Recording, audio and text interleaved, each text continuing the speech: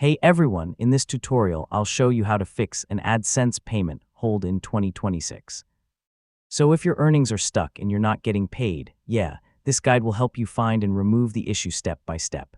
First, open your browser and sign in to your Google AdSense account. Once inside, click the Payments tab from the left side menu.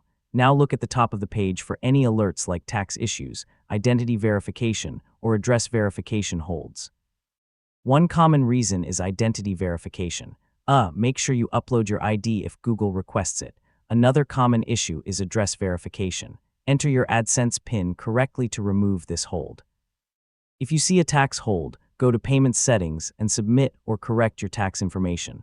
Also make sure your bank account or payment method is added and active. Without it, payments cannot go through. Remember, AdSense only pays you once you reach the minimum payment threshold, so low earnings will also delay payouts. After fixing everything, it may take a few hours or days for the hold to clear automatically. And if your payment is still on hold after everything is completed, contact AdSense support for help. So that's how to fix an AdSense payment hold in 2026. Once all verification steps are complete, your payments will continue normally. Thanks for watching, and I'll see you in the next guide.